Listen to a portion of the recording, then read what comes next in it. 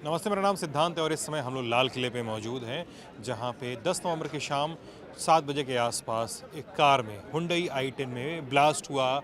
8 से 9 लोगों की मौत की खबर सामने आ रही है। घायलों का LNJP अस्पताल में इलाज किया जा रहा है। इस बीच बड़ी खबर आ रही है उस कार को लेके, कार के बिल्ड को लेके, कार के नंबर को लेके, कार के चेसिस को लेके और मालिकाने को लेकर। पहले कार की जानकारी देते हैं। कार का नंबर था HR 26 CE 7674। इस कार के फर्स्ट ओनर थे मोहम्मद सलमान, उनके पिताजी का नाम मोहम्मद शाहिद। गाड़ी का चेसिस नंबर भी सामने आया है MAL BB 51 BLD M554028। साल 2013 की बिल्ड थी ये कार, और लेकिन सलमान ने इसको बेच दिया था। अभी तक जो जानकारी सामने आ रही है किसी नदीम खान के व्यक्ति की, हालांकि इन जानकारियों में बदलाव भी हो सकता है। नदीम खान नाम के व्यक्ति को उन्होंने बेच दिया था इस कार को। अभी भी उनसे स्पेशल सेल द्वारा हिरासत मिलकर पूछताछ की जा रही है। सलमान को नदीम की जांच जारी है और अभी क्या सीन है इसके बारे में पुष्टि अभी तक नहीं हो सकी है। इसके अलावा जैसे जैसे घटनाक्रम हुए देर होती जा रही है, उस समय कुछ और ज़्यादा परतें और ज़्यादा जानकारियाँ सामने आ रही हैं। हम आपको एक वॉक थ्रू कराते हैं आपको ज़्यादा सही जानकारी को लेके। अगर हम इस दिशा में चलते जाते हैं, जिस दिशा में आप कैमरा देख रहे हैं, तो राइट साइड में है लाल किला और लेफ़्ट साइड में है चांदनी चौक वाला इलाका। अगर आप ये सामने जो कैमरामैन और रिपोर्टर्स की भीड़ देख रहे हैं, उसको अगर पार्क आगे पहुंचते हैं तो आगे पड़ता है लाल किले का गेट नंबर 1। जहां से लाल किले के विजिटर्स भारी संख्या में आते जाते हैं। इसके सामने ही चौराहा है और चौराहे के सब सामने चांदनी चौक का मार्केट है। अब बड़ी बात यह है कि जब शाम के 7 बजे के आसपास एक i20 कार इसी रास्ते से होकर सामने आती है, सामने रेड लाइट के पास पहुंचती है और रुकती है। उस कार में ब्लास्ट होता है। इस कार में 3 लोग सवार बताए जा रहे थे। ब्लास्ट सिर्फ उस कार में होता है, लेकिन उसका असर आसपास की 4-5 कारों पे भी पड़ता है।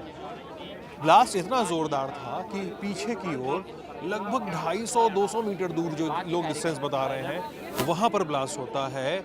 और ब्लास्ट के बाद निकले टुकड़े और परखचे वो फैल कर चारों दिशाओं में आते हैं। जिस जगह से हम खड़े होकर शूट कर रहे हैं, श्रैपनल्स वगैरह यहाँ पर भी आते हैं। अभी हालांकि अभी ये कहा नहीं सकता कि श्रैपनल्स थे कि नहीं थे। उसके बाद घायलों को तुरंत भर्ती करवाया जाता है। घायलों को भर्ती कर एम्बुलेंस लेने आती है, उनको लेवा कर जाती है और उनको अस्पताल में उनका इलाज शुरू कराया जाता है। लेकिन अस्पताल में इलाज शुरू कराए जाने के साथ ही कुछ और जानकारियाँ सामने आ जाए। अगर आप डॉक्टरों के बयान पढ़ेंगे तो पता चलता है कि घायलों के शरीरों से उनके इंटरनल ऑर्गन से छर्रे और मेटल शैपनल्स वगैरह बरामद हुए हैं। वो या तो एक्सप्लोजिव के भी टुकड़े हो सकते हैं या तो वो कार के भी टुकड़े हो सकते हैं। सब कुछ अभी सब कुछ जांच के बाद ही पुष्ट हो सकेगा। कहानियाँ और थ्योरीज बहुत सारी चल रही हैं। हम बहुत सारे सोर्सेज से बात कर रहे हैं, बहुत सारे लोगों से बातचीत कर रहे हैं। हम ये समझने की कोशिश कर रहे हैं कि आखिर ये हुआ क्या था। अगर ये एक्सप्लोजिव ब्लास्ट था तो क्या सिंथेटिक एक्सप्लोजिव था, केमिकल एक्सप्लोजिव था। कुछ और एंगल्स भी हैं, जैसे एक फरीदाबाद मॉड्यूल की बात हो रही है। यहाँ पे 2900 किलो RDX पकड़ा गया था।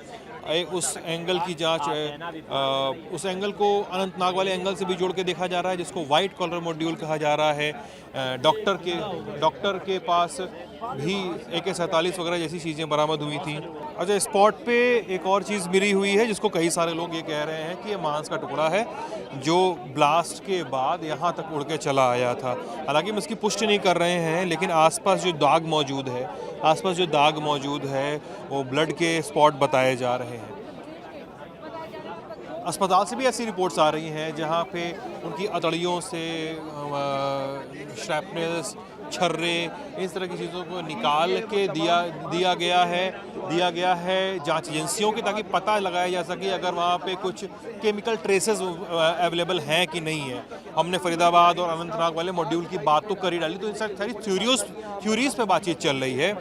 बहरहाल हम ललन टॉप की कवरेज जारी रखेंगे, आपके पास खबरें लेकर आते रहेंगे। आप अपना ख्याल रखिएगा, हमारे साथ बने रहिएगा। बहुत बहुत शुक्रिया।